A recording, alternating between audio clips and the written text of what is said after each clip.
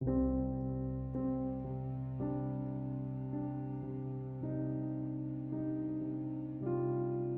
show or hide face widgets on always-on display in Samsung Galaxy S10. Open Settings.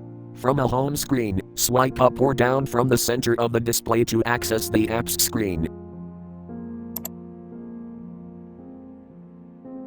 Tap Settings.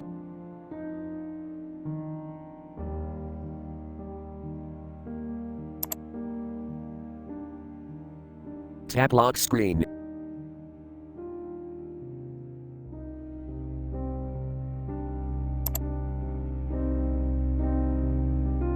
Tap Face Widgets.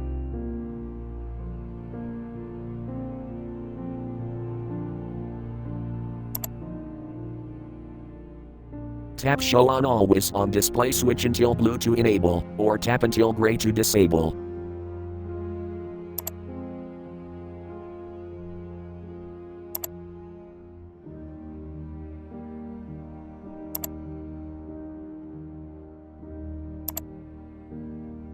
Thank you for watching. Have a nice day.